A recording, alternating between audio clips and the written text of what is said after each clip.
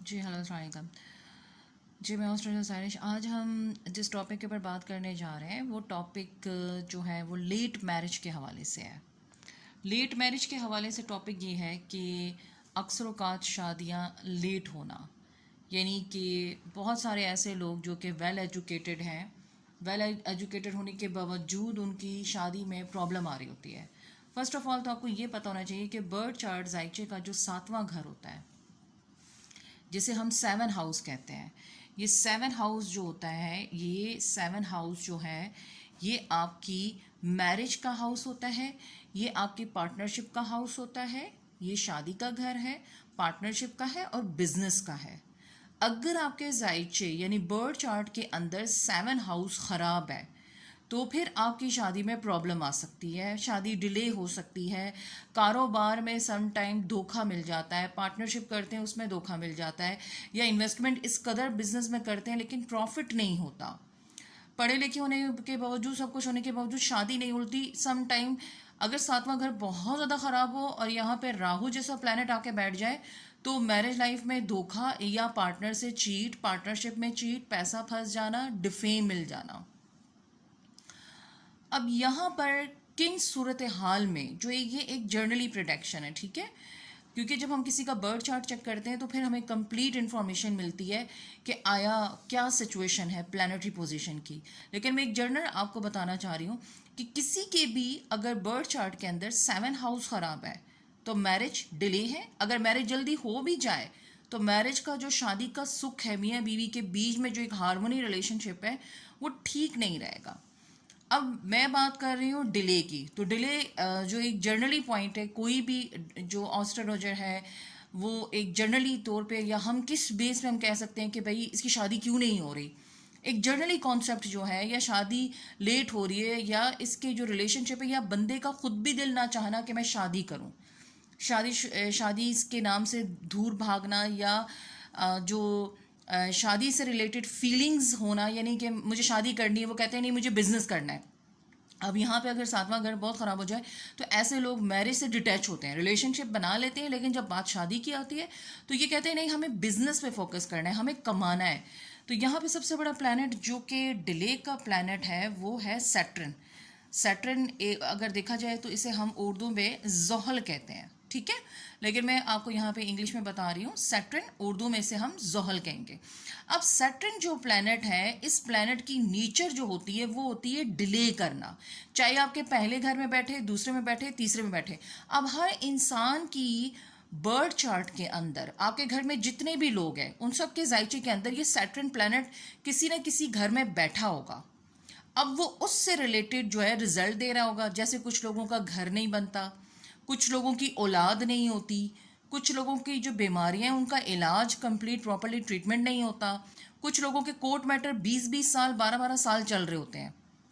ठीक है, क्योंकि सैटर्न जिस घर में बैठेगा उससे रिलेटेड आपको प्रॉब्लम भी देगा और वहां से रिलेटेड जो पीस है या सुख है वो आपके कम कर देगा। लेकिन सैटर्न का मतलब ये नहीं है कि वो डिनाइल कर देगा, वो चीज़ को डिले करेगा, ठीक है, थोड़ी प्रॉब्लम डालेगा, थोड़ा सा आपको सिखाएगा, मेच्योरिटी लेवल लाएगा। अब यहाँ पर सैटर्न जब 7 हाउस में आएगा, लेट सपोज यहाँ मैं कहती हूँ कि सैटर्न जो है वो 7 हाउस में बैठा हुआ है, तो सैटर्न 7 हाउस में जब बैठेगा तो इसने पहले घर को भी देखना है, क्योंकि सैटर्न 7 से है तो पहले घर को भी देखेगा, फिर इसका तीसरा एस्पेक्ट 9 हाउस पे भी पड़ेगा, ठीक है, तो और इसका यहाँ पे एस्पेक्ट 4 हाउस पे भी पड़ेगा, ठीक है। अब जब सैटर्न 7 में हो और सैटर्न 7 में यहाँ पे लेट सपोज रेट्रोग्रेड हो गया, अगर यहाँ पे सैटर्न 7 हाउस में है और प्लस रेट्रोग्रेड है, तो रेट्रोग्रेड जब प्लैनेट कोई भी हो जाता है, जब यहाँ पर अगर मैं बात करूँ कि सैटर्न ही रेट्रोग्रेड हो गया है तो फिर ये शादी को बहुत ज़्यादा डिले कर देगा, समटाइम डिनाइल जैसी कंडीशंस भी आ जाती हैं। अब आपने बहुत सारे लोगों के चार्ट देखे होंगे जहाँ पे सैटर्न 7 में बैठा हुआ है लेकिन उनकी शादी जो है वो 23 में भी हो गई और इवन 35 में भी हो गई, लेकिन सैटर्न 7 में बैठा है, बंदे की एज जो है वो 40 क्रॉस कर गई, शादी नहीं हो रही। तो इसका मतलब है वो सैटर्न उसका, आप उसके बर्थ चार्ट में देखें 80% चांस है कि उसका सैटर्न रेट्रो होगा, क्योंकि जब सैटर्न वक्री हो जाता है या रेट्रो हो जाता है तो वो जो रिजल्ट्स हैं उनको मज़ीद और कॉम्प्लिकेटेड कर देता है। तो सैटर्न की प्लेसमेंट 7 में बैठी हो तो शादी को डिले कर देगा। और शादी डिले कितनी होगी, अब डिले का जो टाइम होता है वो मैक्सिमम हम इसको काउंट कर लेते हैं 34 ईयर तक, ठीक है। यानी सैटर्न अगर 7 में है तो शादी अगर बहुत ज़्यादा डिले हो तो 34, मैक्सिमम सैटर्न का जो साइकिल है वो 30 ईयर में कंप्लीट हो जाता है, 29 से 30 ईयर में कंप्लीट हो जाता है। उसके बाद अगर ये 7 हाउस में बैठा है, शादी के घर में बैठा है, तो आपकी जो शादी डिले हो रही थी वो शादी आपकी करवा देगा। लेकिन अगर सैटर्न यहाँ पे डायरेक्ट है, रेट्रो नहीं है, तो ये शादी भी करवा देगा। और अगर इसी 7 का कनेक्शन आपके 9 हाउस से है तो फिर ये शादी के बाद आपको कारोबार भी करवा देगा, आपके ट्रैवल भी करवा देगा, आपकी मैरिज लाइफ में हार्मोनी भी करवा देगा। ऐसे लोगों की शादी होने के बाद जो है वो मोस्ट ऑफ द टाइम 90% जो है वो लक उठ जाती है, ठीक है। फिर शादी के बाद ऐसे लोगों का कारोबार, बिजनेस, नेम फेम, हर चीज़ मिलती है। लेकिन अगर यही सैटर्न ख़राब हो जाएगा या सैटर्न का कंजक्शन हो जाएगी, जैसे सैटर्न के साथ यहाँ पर राहु भी आ जाए, यहाँ से मार्स भी देख ले,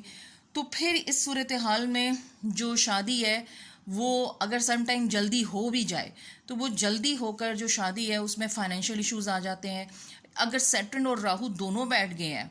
ठीक है, सैटर्न राहु दोनों बैठ गए हैं और 11 हाउस में कोई भी प्लैनेट ऐसा अच्छा नहीं है जो कि इसको सपोर्ट कर रहा हो। लेट सपोज सैटर्न के ऊपर जुपिटर की नज़र है या जुपिटर सैटर्न को देख रहा है, तो सम टाइम प्रॉब्लम्स आएंगी मैरिटल लाइफ में। सम टाइम कोई बंदा आपको धोखे देने की कोशिश कर रहा होगा बिजनेस में, बट आप बच जाओगे बिकॉज जुपिटर ऑलवेज आपको प्रोटेक्ट कर देता है, सेव कर देता है। अब यहाँ पर सबसे बड़ी चीज़ ये होती है कि सैटर्न का जो रिजल्ट है वो वीनस से होता है। अगर आपके बर्थ चार्ट में वीनस अच्छा है तो सैटर्न का रिजल्ट अच्छा होने में ये होगा कि आपकी जो मियाँ बीवी का रिलेशनशिप है वो अच्छा होगा, आपके लग्जरीज़ में फ़ायदा होगा, आपको लग्जरी का सुख मिलेगा,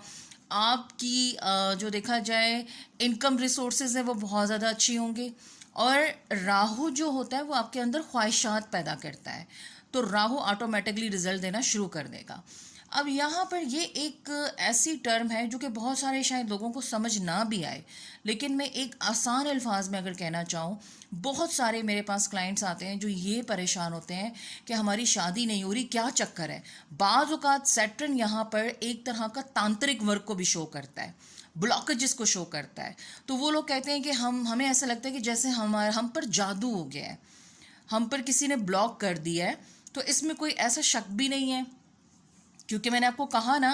कि अगर सैटर्न यहाँ बैठा है और राहु के साथ बैठा है तो सम टाइम, क्योंकि राहु जो है वो तांत्रिक को भी शो करता है, जादू को भी शो करता है, ईवल शक्तियों को भी शो करता है, तो ऐसे लोगों पर जादू भी हो जाता है। सम टाइम ऐसा होता है कि इन लोगों की ऊपर जो है वो शादी से रिलेटेड जो है वो ब्लॉकेज कर दी जाती है, क्योंकि प्लैनेट जब 7वें घर में बैठा है तो वो ब्लॉकेज भी करवाएगा, वो जादू भी करवाएगा, वो उस चीज़ को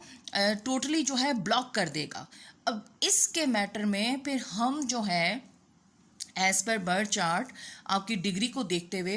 अगर यहाँ पे जादू है, ब्लॉकेजेस हैं, किसी भी किस्म की कोई भी, अगर हम इसको एक आसान वर्ड्स में बोलें बंदिश है, तो अकॉर्डिंग टू प्लानिटरी पोजीशन यहाँ पर जो बैठा है उसके हिसाब से हम फिर वज़ाइफ, सदकात, रेमेडी सोल्यूशन देते हैं, ताकि आपके 7वें घर में जो बनी हुई ब्लॉकेजेस हैं, बंदिश है, रुकावट है, जो भी है वो चीज़ ठीक हो जाए। क्योंकि दुनिया में ऐसी कोई भी चीज़ नहीं है जिसका इलाज ना हो, ट्रीटमेंट ना हो। अगर आप बीमार होते हैं, मेडिकल इशू होता है तो डॉक्टर के पास जाते हैं। अगर आपकी लाइफ में कोई भी इशू चल रहा है, आप बिल्कुल ठीक हो, वेल सेटल हो, शादी नहीं हो रही, रिश्ते नहीं आ रहे, बनी बनाई बात टूट रही है, तो उसका मतलब है कि आपके बर्थ चार्ट या जायचे में कहीं ना कहीं प्रॉब्लम आ रही है। जब आप किसी एस्ट्रोलॉजर के पास जाएंगे तो वो आपके जायचे को देखकर आपको रेमेडी सोल्यूशन देगा, आपको कुछ स्पेसिफिक रेमेडी करने के लिए देगा। अगर बीइंग अ मुस्लिम आपको वज़ाइफ या सदकात देगा, जिसको करने के बाद आपकी लाइफ में जो ब्लॉकेजेस थी, जो प्रॉब्लम थी, वो आहिस्ता आहिस्ता ख़त्म हो जाएंगी। तो अगर आपको मेरी वीडियो पसंद आए तो आप इसे अपने दोस्तों के साथ शेयर भी कीजिएगा, मेरे चैनल को सब्सक्राइब कीजिएगा मज़ीद वीडियोस के लिए, और अपनी जो भी ओपिनियन है, राय है, वो आप कमेंट सेक्शन में लिख दीजिएगा। और अगर किसी को भी कोई पर्सनली रीडिंग करवानी है तो मैं डिस्क्रिप्शन में अपने फेसबुक का लिंक दूंगी, आप वहाँ से मुझसे कांटेक्ट कर सकते हैं। Thank you so much.